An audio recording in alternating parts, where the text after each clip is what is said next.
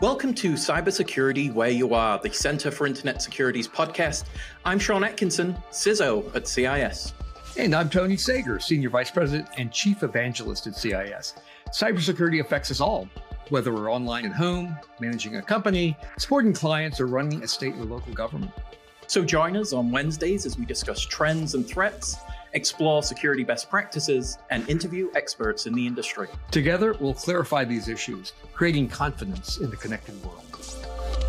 Welcome back to the Center for Internet Security's podcast series, Cybersecurity Where You Are, where we tackle some of the most interesting challenges of our industry, but also talk to some of the most interesting people in the industry. And this is a special occasion here, talking to someone who he claims to be winding down his career, but there's no evidence of that yet. My old friend, Phil Reitinger. Phil, welcome to the show.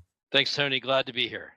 Yeah, it's a pleasure, Phil. And, we've worked together for a lot of years, but I started digging through notes and finding your bios online. I thought, oh my gosh, I only knew about half of what this guy did during his career. You've covered about as much ground in this industry as anybody I know. But how did you get started in it? It's hard to keep a job. Well, I wasn't going to go there, but since you brought it up, right? It's either a sign of your restless soul who needs a new challenge every couple of years, or just can't hold a job. But how did you get started in this? Because, when you were started, this was may have been in before pre-cyber, before we used words like that.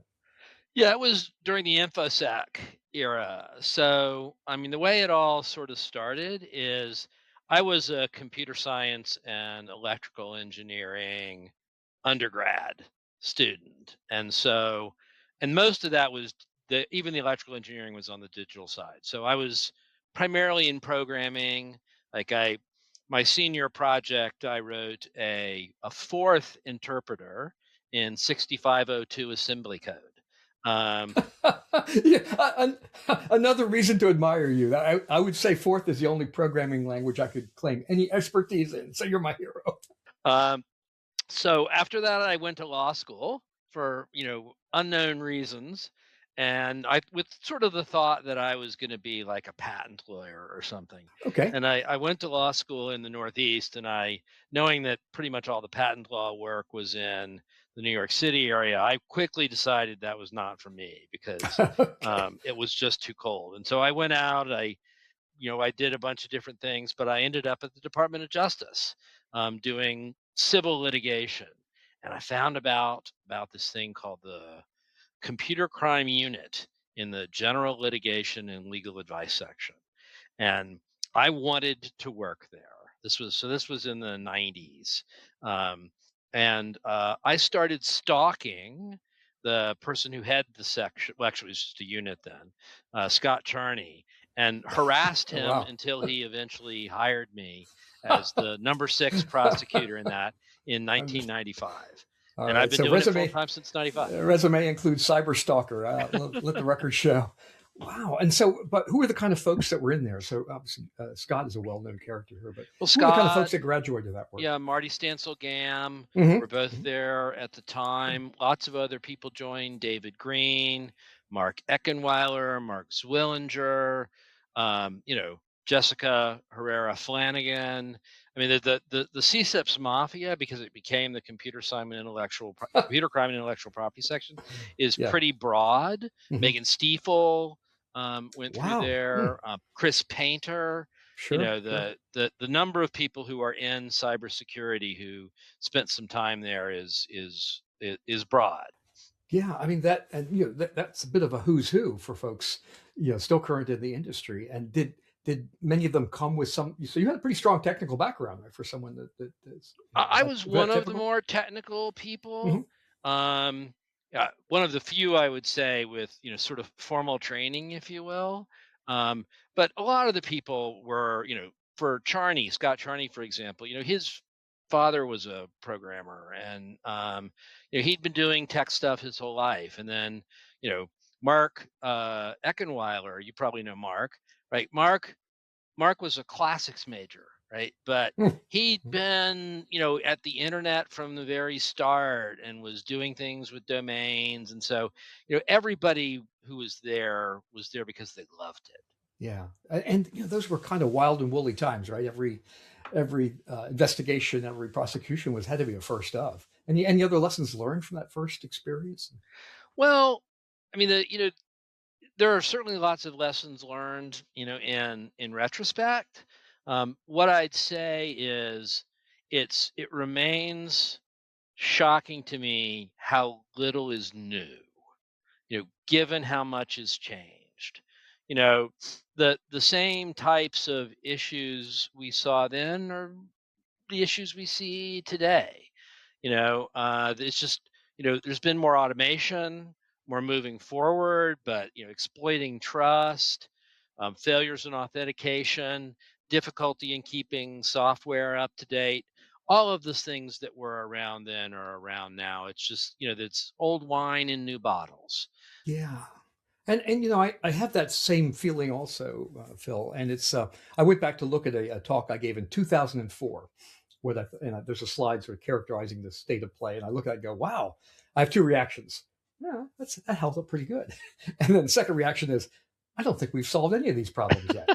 And I don't think it's just old guy on the street corner, howling at the wind, but it really feels like these fundamentals have not changed. It's been I like to say, and we've talked about this before, Tony. I like to say I've been in this meeting before, Hmm. um, and it's rare I can't be in a meeting and say I've been in this meeting before. So little is new. Now, I think a lot of progress has been made, but the fundamental problems are still the fundamental problems, and we're still facing a situation where the the level of commitment that everyone shows to cybersecurity, particularly governments and large, companies that say it's super important to them, doesn't match what they say about the importance of the issue. Yeah. I pulled a quote from somewhere in your past year. We all know what we have to do. It's just the will to get things completed, right? That's lacking, and that feels about right. And it's not um, you know, it tells you something about both the sort of complexity and the amorphous nature of the problem, but also this is more about political will or prioritization than it is about technology, right? We keep waiting for the magic thing to save us, but I don't think that doesn't seem to be on the horizon, at least not for the last 40 plus years. So what did your next steps, right? So you were there in the early days of the government and the legal view of security. What was next for you? Was it Microsoft? No, no, well, it was soon after that, but Soon after. Okay. I was at the computer crime section Oh, until hmm, hmm. 2001, Okay. and no, 2000. And then I went over to DoD for about a year.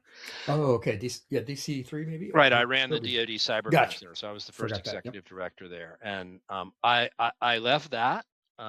I will. I know you as a longtime DoD person. I will tell you quite honestly that DoD was not for me.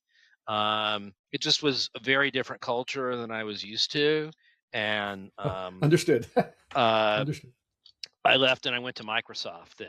So I rejoined, the person, as I said, I stalked before to get to the computer crime unit was Scott Charney. He'd left DOJ while I was still there and then had gone to PwC, but then went from PwC to be like the chief security officer or chief information, not chief information security officer, the chief, I forget what his official title was, but he handled cybersecurity and cybersecurity policy for Microsoft.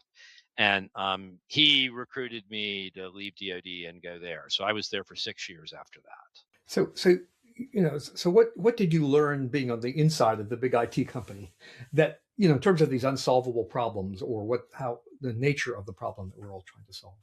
Well, everybody's got constraints. I think I would say that private sector companies have a lot of agility. But at the end of the day, they're designed to be driven by economic motivation, right? They're businesses, right? And so I saw lots of good people in Microsoft, many good people that I still am friends with, for whom Scott among them, Craig Mundy, the CTO of Microsoft among them, for whom the public interest was a huge driver. But it remained the fact at the end of the day, the company had to make money. And so that puts constraints on what they do. So, I think one of the things I would say I took from that is the problems are actually pretty similar between government and industry. And second, how important it is, and this is not a pro regulation or an anti regulation point, but how important it is for policymakers in government, Congress, et cetera, to set a framework up that incentivizes the right actions. Because if you set that up right, the right things will happen. It's the wonderful thing that you and I've talked about metrics many times, right? People respond to metrics. And the thing about metrics is good metrics incentivize good action, and bad metrics incentivize bad action. And that's true whether you're in government or industry or the nonprofit sector. No, you're exactly right, and that your observation, right? But once you were inside the big IT machinery that is Microsoft, and I've known many of those folks from Microsoft, yourself included, and great human beings, good Americans, good citizens, best of intentions, but they're juggling a lot of things. And I know you got from the government side that there could be some naivety about that business model, right? Well, they should just fix it. Well, or people would say, and I sometimes joke, Phil, some of the most ridiculous things I've heard in cybersecurity came out of the mouths of really smart government people. Why don't we just write our own patches for Microsoft software? We can't trust those guys. Do you have any idea the machinery of, software maintenance, software testing, regression testing? No, we're not doing that. That is not going to happen. And so you have to look at this balance. But the incentive parts, and this is one of the central themes I know of your career. What's your do something, measure it? Those kinds of taglines. You have been absolutely consistent in that, and you're exactly right. But it takes careful thought, right? You can't say give me better security. There has to be some clarity, but there also has to be some measurement of progress, right? We have to know where the parties are and to account for the economics. One of my taglines in my career, Phil, is economics always wins. We can stand on the rock solid ground of good intentions and national security, but that can't change behavior, certainly not in the long run. And we really have to account for that. I would say, Tony, one of the other things I took from that was, I think, the first time, and this associated with, you and I started to do some work together, both when I was more when I was at DHS, right? But, around things like the security content automation protocol, right?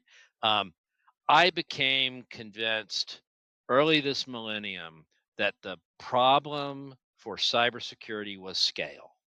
It has always been scale, and it will always be scale. How do you get things done at scale, given the problems of code and repeatability and use? And Microsoft shows that as well as anybody else, right? Because if there's one thing they've got, it's scale.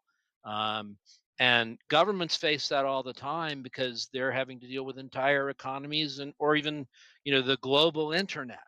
And so that's it always, in some way or other, for the hardest problems, comes back to scale. Yeah, I think that's right on the money, Phil. And so you took the experience from Microsoft, and that's when you went to DHS, right, to NPPD. And so that, and we got to work more closely than at that point. And you were the first. I think I forget the exact title of it, the ecosystem paper from your time at NPPD. It's still one of the forgotten treasures of this industry, because it was really an earnest and thoughtful attempt to look at the entire ecosystem, right, as one body, not a series of disconnected either regulatory things or technical ideas and so forth. The notion is that this is about an information-centric enterprise that is really very dynamic, but has to be seen in the whole before you can take action. Yep. It's another example of how sort of things never change, and a lot of people that drew from ideas from you, Bruce McConnell, who was who joined me at DHS for a while and was at OMB before that. There were a lot of people. MITRE ended up doing most of the work writing the paper, but it was the notion of this ecosystem and how we move forward security on an ecosystem level is inherently about scale. And the problems like authentication and automation, they resound again to this day. Yeah, absolutely. Listen, we're going to take a short break for the audience here for a message. We'll be right back.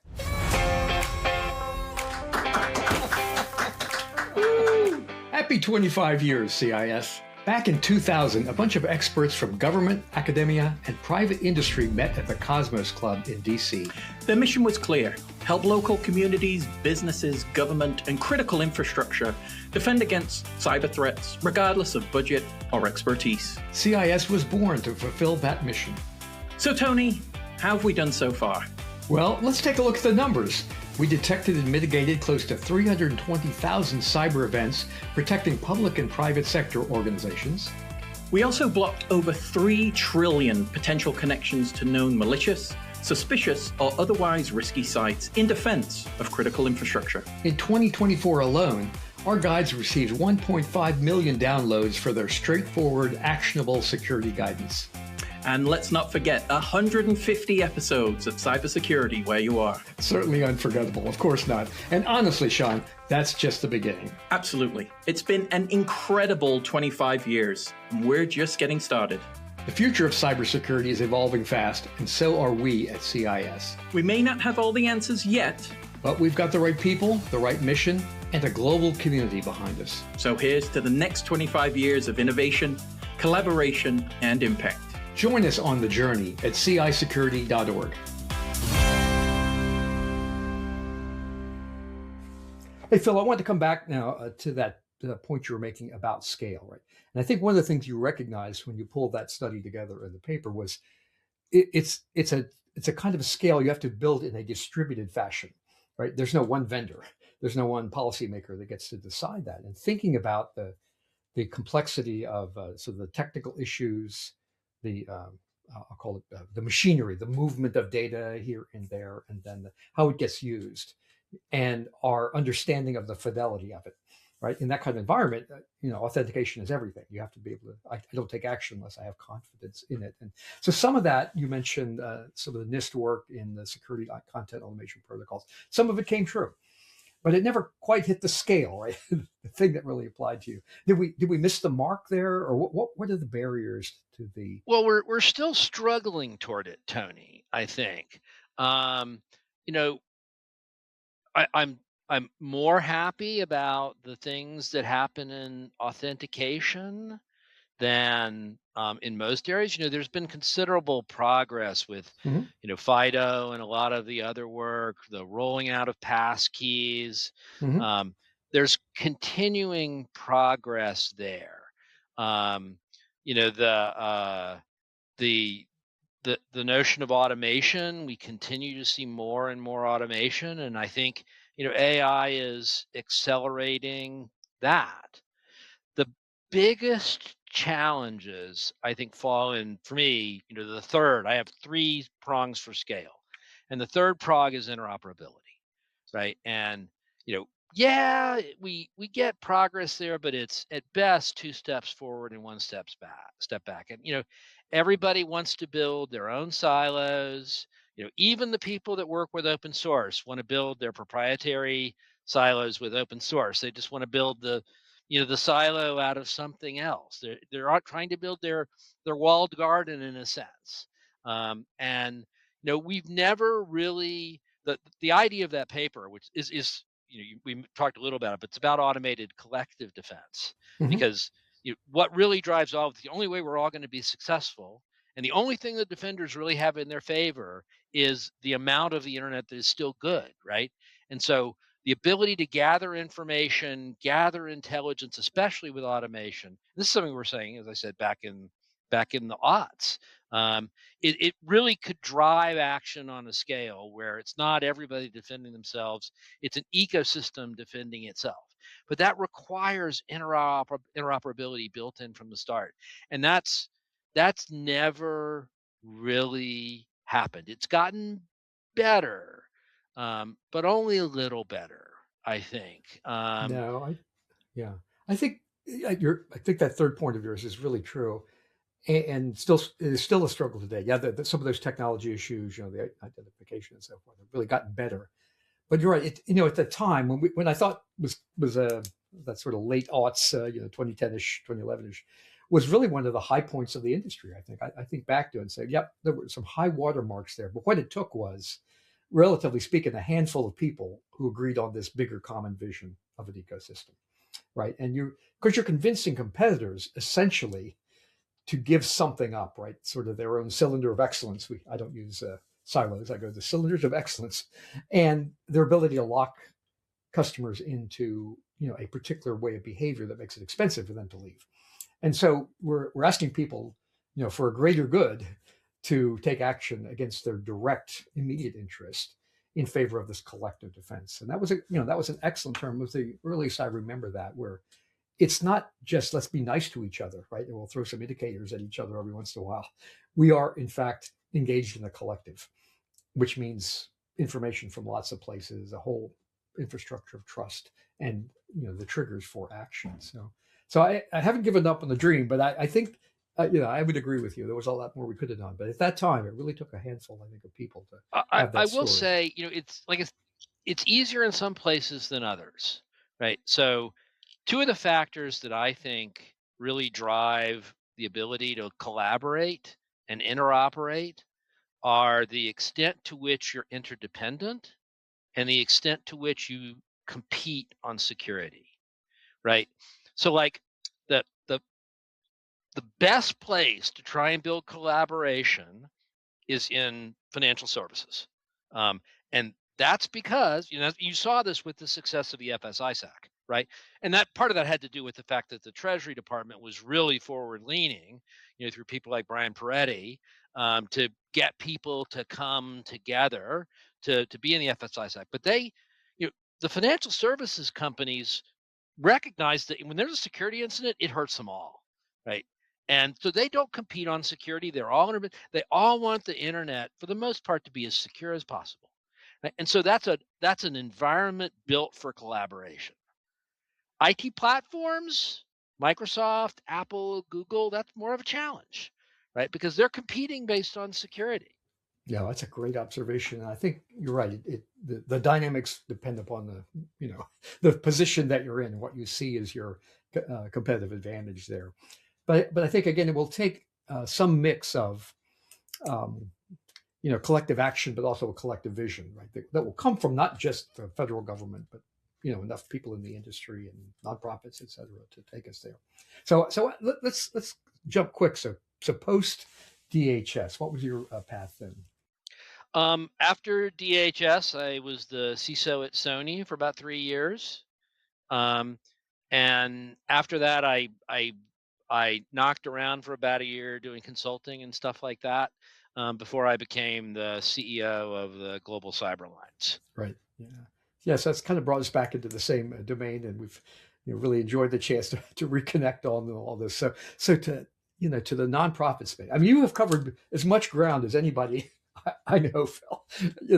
And both legal, technical, public, private, et cetera, et cetera. So I know that, and at Global Cyber, you hit kind of an interesting mix, right, of direct services, but also I'll call it the ecosystem advocacy. The how do I organize lots of people who don't work for me in the same direction? What was your initial focus there? And what were you? Well, it's the focus mostly hasn't changed. Now, the projects have changed, and just so your readers know, I stepped down as the CEO of the Global Cyber Alliance in September. So I'm still working part-time, sort of a senior advisor, and especially on the biggest initiative I'm involved in these days, which is Common Good Cyber. And Brian Cute is the CEO there now. But the focus was always, I said, I became convinced around the turn of the millennium that the challenge was going to be scale, and how do we practically solve problems at scale. And I told before, about my maxims about I've been in this meeting before, and to measure it, do something, measure it, came out of that. That was the early tagline for GCA, still is effectively. But how do we actually try and solve problems like DMARC, like phishing. And so, one of the big projects we did early on was we built Quad 9 with the Packet Clearinghouse, which is, Mhm. A global protective DNS service, which, even to this day will get people's eyes to fog over because they don't know what a Yeah, protective DNS service is. right. Right. But, it was, I think, the first real attempt, and a hugely successful one. It's still out there serving hundreds of millions of people, um, to build a protective DNS service that provides enterprise class security protection to people free of charge while also protecting their privacy through just a sort of a different model. And the it is one of the most cost effective things that anyone can do. So I think you know that one took off. Um, the problem right now is that while there are places around the world where the protective DNS service, like Australia, is the norm and probably becoming the norm in the UK, there are places like the UK where it is not.